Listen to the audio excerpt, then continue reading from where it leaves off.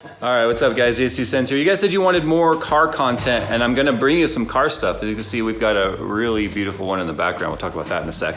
It has been more than a year since I showed you guys my ZL1 1LE, and that was when it was still 100% bone stock. Well, actually no, I take that back. It had a rotofab intake, but that's still pretty much stock.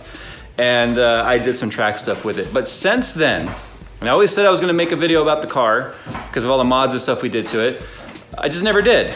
So it's been almost a year and a half since I've had this car. We're gonna talk about it because today we're over here at Red Barn Racing. We've got Mike Franz behind us here in his beautiful 68 Camaro drag car. We are just getting a checkup because it's been about 10,000 miles since since he ripped the engine apart, did some mods, the cam, all that sort of stuff. We're gonna do some, check some valve, not valve springs, but rocker bolts and all that crap. I'll not pretend like I know what I'm talking about here. To make sure all that stuff's within spec, and then we'll talk about the mods and what this car does and why I did what I did. So yeah, let's get to it. You know what guys, I got new merch. It's available now, crowdme.com/Jayztwocents. We got zip up hoodies, we got tri-blend, we got a new logo. I digress, since 2012, it's a digress logo. You guys have been asking for that. Anyway, we got all kinds of stuff. Zip up hoodies, beanies, polos. Don't take my word for it because obviously I can't do this ad. So just look in the description below and you guys will find the link. Thanks. All right, so this is my 2018 ZL1 1LE. If you're not familiar with what all that means, ZL1 is just the trim package, which means it's got the LT4 supercharged 6.2 liter V8. The 1LE is a suspension / track package. So that has to do with the DSSV dynamic spool valve dampers for Multimatic. It's got the additional arrow in the front. It's got the arrow in the back, obviously. It's got wider wheels, a little bit wider fender on the front. Not so much that the fender's wider, but the mounts for it are, so it gives us an extra inch of clearance on either side. I'm obviously running a different wheel than factory. These are HRE RC104s, which is a lightweight forged racing wheel. So I'm running those, obviously for tires. These are getting kind of cycled out, but these are Toyo R888Rs. My factory wheels actually have a set of Michelin Pilot Sport Cup 2s, which I'm not a fan of, to be honest, at least on the street. Yeah, and for those of you that are kind of wondering too, yes, it is a manual, as you can see right there, because when I bought this car, it was not available in automatic, nor would I have gotten one anyway, because I want the visceral driving experience of a manual with this car. But as of today, you can get a 1LE with a manual, or an automatic, which I kind of feel is an atrocity. I think Mike might agree with that sentiment, that an automatic 1LE is just kind of weird. It is kind of weird, especially for a road race car. So anyway, when it comes to this car, you can see I've still got the factory blower. It's not ported. It's got the factory size throttle body, but it's a ported throttle body for airflow, not for volume or opening up that inlet or the butterfly on there. We do have American Racing 1 7/8 long tube headers, which are not ceramic coated. We're probably gonna do that next. It just kind of sucks that we didn't do it at the time of the build because now you gotta take them out, obviously. Rotofab cold air intake, Gates belt, catch can here. This is a custom catch can that was made by company that Cunningham Motorsports had making these for them. For cooling mods, we are running a CNR racing radiator, which is quite a bit more volume than factory, but we're also running a Pro Speed, right? Yeah, Pro Speed intercooler for the supercharger, which is about twice the volume of the factory, but further testing has shown that that was just sort of an insurance move. In terms of temps, they're not really any better than the factory one. This just helps us with heat soak for long track sessions and stuff like that. In terms of the engine, we are running a custom ground cam. I don't know the specs on it. They were just specs that matched the package that was put in here. It does have additional fuel load though, because we are running a DSX fuel system with a flex fuel sensor in here, and we do have E85, and we are running 10% ATI lower pulley to overdrive the supercharger. And the cam had a bunch of supporting mods that had to go along with it. So we've got hardened push rods, titanium valve springs. Anything else that goes along with the Valvetrain?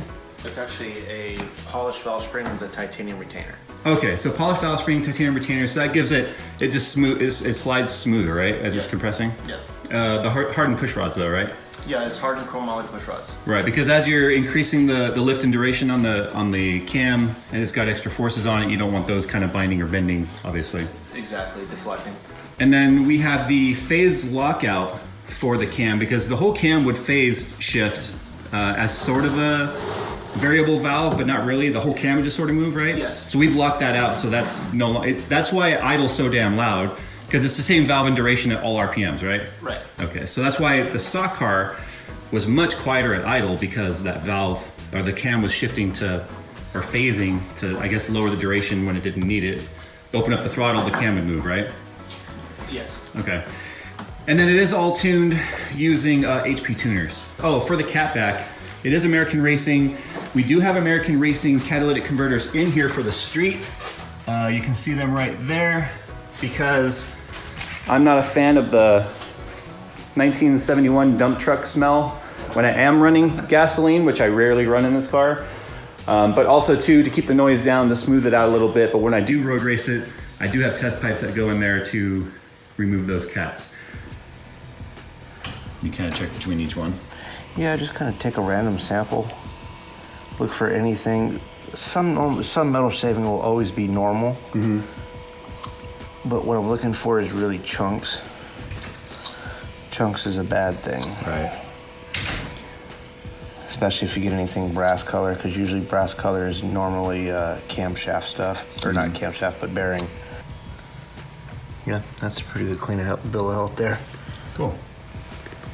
So I know one of the common questions this video is going to be is, Jay, how much power are you making? The funny thing is, I don't truly know the answer to that question, because when Mike dynoed the car last year, we had a couple of issues that were happening at the time that we made the run. So Cunningham Motorsports at the time, no longer in business technically as a build shop anymore. They're a tuning service now. They have a Mustang dyno, which is kind of middle of the ground in terms of being heartbreaker. I think Dynapack is the lowest. Dynajet is the most generous in terms of numbers. Mustang kind of fits somewhere in the middle. But all dynos can be tuned or calibrated to look great or look terrible. What matters is the baseline versus the after the build. So I did have Mike do a baseline on this, and on the Mustang dyno at baseline 529 wheel horsepower stock. For a 650 horsepower car, factory at the crank, it worked out to about 15% drivetrain loss. So what did we dyno? 699 or 7 on the dot after? It was like you were so close to 700. Yeah, I think it was 699. Yeah. But the thing was, it was a 108 degree day. It was over 100 degrees ambient temp in the shop when he did it. And we had a clogged supercharger brick where the IATs were just going through the roof during the dyno pull. And on these cars, just like most cars, as the intake temp goes up, timing gets pulled because of pre-detonation. So we're pretty positive that with all of that fixed and the cooling mods I've made now and how low my IATs stay, I'm probably making a good solid 20-ish more wheel horsepower than that day, possibly upper into the 30s, because I think the IATs hit something like 180 at the end of that pull.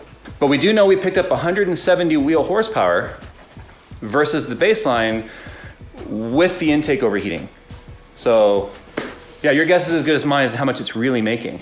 But if we take that 15% drivetrain loss into effect with the 170 wheel horsepower, so you take 170 and add 0.15 to that, we're like 845 crank, which I'll take. That's fun. That's another way to put it. It's fun. But it's starting to feel slow, and that's the problem. So I wanted to run a colder thermostat. So I'm running a 160 in here. And I know some people are gonna be like, why are you running a 160? What's the point in that? Well, the oil in this car is cooled by the coolant. So the coolant has some diverter lines that go to the actual oil pan. On the side of the oil pan is a cooler core that the oil is pumped through. And so instead of bringing the oil out of the pan through a radiator, like a lot of cars do, and then back to the pan, it just brings the coolant to the pan. Well, that's extra heat being dumped into the cooling system. So that's why we have the big CNR radiator. That's why we're also running this LS3 style thermostat housing, which bolts right up to the water pump right here. And so we can run LS3 style thermostats, which have a huge selection versus the LT4 style, where the thermostat is part of the housing and it's a plastic housing. So it's just another one of those things where I took points of failure that I've experienced in the past, especially where they're plastic, and upgraded them to try and deal with any potential failures in the future, especially for road racing. So when you're visually inspecting right now, what is it you're looking for?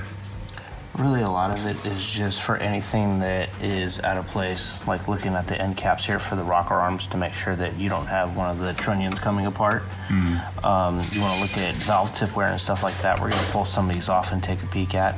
And then we also want to look at the valve springs to make sure that there's no cracking, breaking, any kind of unusual signs of metal shavings or anything like that coming from them. So you look at where the rocker end hits the spring and stuff? Mm-hmm. So it's shiny. Right there, it's just shiny. And really what you're looking at... Gouging, right? Gouging, excessive heat, anything like that. It'll physically turn the tips blue. Oh, so like an exhaust tip or something? That, yeah, like titanium? Yep. Are these titanium or aluminum? No, these are actually steel. Oh, there's a steel. Okay. Yeah, these are actually steel. So is it just the valves that are titanium then on the LT4s? Yeah, it's just the intake valve. And then this is actually a lash cap here. So, and that protects the titanium tip. I see. If you don't put those back on, it's very bad. Well, it also accounts for the thickness of that too, right? In terms of all the measurements? Yeah. Well, the titanium is a very strong material, but it doesn't take contact very well. Right. So whenever it takes contact like that, it basically just goes right through it. So one of the reasons why I have Mike doing this checkup is because one, like I said, it's been over a year since we modified this car. Actually, just barely over a year. I was at Computex last year in Taiwan when they had the car. So I was like, well, the best way to distract myself from the work they're doing on the car and being impatient and wanting it back is just go overseas. So they had the car while I was out of the country. And one of the things I noticed with the long tube headers and then with the new cam and all that stuff was that Valvetrain noise is really loud versus what it was factory. So I don't know if it's placebo or what, but because I haven't been driving the car nearly as much the last 6 months as I did the first 6 months, driving it around, my brain goes, this sounds louder to me, like it got louder or something. And I remember Mike telling me when I asked him, what's a sign that we're dealing with excess cam wear? He said, you'll start hearing louder lifter noise and Valvetrain noise. So I just went, well, it's time to do the checkup. Might as well at least have him give it a clean bill of health and do this inspection. Because this car is an investment. I don't really want to talk pricing. I mean, you can look up how much this car is by itself and you can kind of figure how much was spent in mods alone. That's a big investment, and I want it to last me more than a year. We'll talk about the 68 over here for a sec. This is a fully custom built LS7, and is there anything? It's NA, 9.9 at 135 in the quarter, naturally aspirated. But the crazy thing about this car, there's a lot more steel in this car than a modern car, which makes people automatically think old muscle cars like this are just big, heavy boats. 3,100 pounds with him in it and fuel, that's race weight. And so with the way he has this thing geared, the way he has it dialed, the transmission set up, most of that quarter mile time is what? 60 foot, and the 8th mile is just, you're flying, right? Yeah, 60 foot. If you go and watch videos of his, you guys can go, you can find him on Instagram under Red Barn Racing, and you'll find videos of this at the track. And it pulls the wheels up. It pulls the wheels up as an NA car. Yeah, it's full drag setup, drag suspension. Obviously, it's got, it's considered that's a full slick, right? But it's considered a street tire or a small drag tire? That's actually a drag radial. Oh, it's a drag radial, yeah. So it's not even a full drag slick. Yeah. And he's pulling the wheels up. He's got his skinnies up front. The hood is something that's been talked about a bit. Whether or not you're going to paint it or leave it with that old school 1LE black kind of a deal. You know, with the speed and the quarter mile times he puts down with this, you got to show it off with a big cowl. You know what they say about guys with big cowls? They've got fast cars. The interior on this is pretty sick. B&M shifter. Even smells nice in here. It doesn't smell like a junkyard car. Like some cars, even though they're like nice like this, they still smell like an old car. Yep. You know what I mean? This has that classic Chevy smell, but I assume a lot of this is probably the cleaners and stuff you use on the seats, all the leather conditioners and stuff. Now speaking of valve springs and size, this looks easily like double the size of mine. That's because that's a 632 cubic inch Chevy big block. I mean, compare it to his Snap-on toolbox. Hand for scale? Yeah, that's And then that's an LS motor sitting next to it. what was it, LS? Yeah. kind of looks like a Magnuson supercharger sitting on top of that. Yeah, this right here, well, that would twist the tits right off the bowl. Yeah, so for the size comparison, that's the 632 right there. That's an LS. The engine, everyone's always like, oh, put an LS in it, put an LS. Well, there's an LS, which literally looks like a supercharger that would, or root style that would go on top of this guy. Like, if you just look at the size comparison there. Okay, so clean bill of health of the car. Mike's gone through it, checked things like the oil, cut open the oil filter, checked the catch can. No oil in the catch can at all. No. So it means no blow by. And I don't drive the car easy. I don't drive the car as hard as other people do. So here's the thing. When it comes to modified engines and modified cars, I think this mantra holds true with regardless of what platform. When you start adding power, there's things you have to take into account with extra preventative maintenance and regular scheduled maintenance. So what would you say is the most important thing with a modified engine that you need to stay on top of? Oil changes. And probably more frequently than the 3,000 miles people recommend? 3 months, 3,000 miles, change your oil.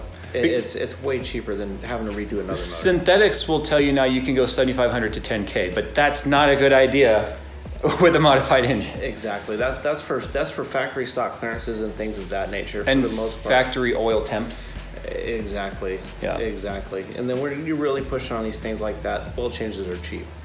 Oh yeah. If you think about the investment into the engine, what's $100 worth of oil, Exactly. You probably got about $12,000 underneath your hood right now and that's what it'd be out of pocket just to replace the motor, not including labors and things like that. Oh yeah, I think the LT4 long block I think was $14,999 if I had to replace the engine and heads. Exactly. So I'm trying to think. I mean, we kind of went over the top with cooling, and we did cooling after the engine build. So I probably, with all the cooling mods and stuff, I know I said earlier I wasn't going to talk price, but I've got close to $18,000 to $20,000 under the hood of this car in terms of labor and everything too. If I always talk about DIY, do it yourself. I'm not an expert, and there's some very particular tolerances and tuning and setup that has to be done, and I could go in there and very easily, I can do a cam swap and just destroy the engine by not doing something right. Yeah. So that's why I pay an expert like Mike to do all that for me. But we ended up going with all the additional cooling in this. I've got like $5,000 worth of cooling upgrades in this alone, between the radiator, which was $1,100, the CNR radiator. We've got the Pro Speed heat exchanger. We got the Pro Speed fender tank. The thermostat, like the thermostat housing was like $400 by itself. That thing's insane. Fortunately, we got that for a little bit cheaper, but so we got a lot of money in here in cooling, because with higher output of horsepowers, higher heat output, higher oil temps, higher coolant temps. So I basically, every engine I've ever lost in the past in terms of blowing up has been temperature related. So I told Mike, I said, I'm going overboard on the cooling on this, because there's no such thing as overcooling the engine, short of taking out the thermostat and letting it go open loop, right? Right. But there's no such thing as too much cooling in terms of headroom, but there's certainly not enough, and I don't want to take a chance with that. So anyway, I just wanted to take you guys kind of along for the ride. Like I said, if you want to follow some crazy car stuff, he puts a lot of the builds that he works on Instagram. So it's at Red Barn Racing. I will put it down in the description below. You guys can click on that. I've showed pictures of this on my Instagram as well.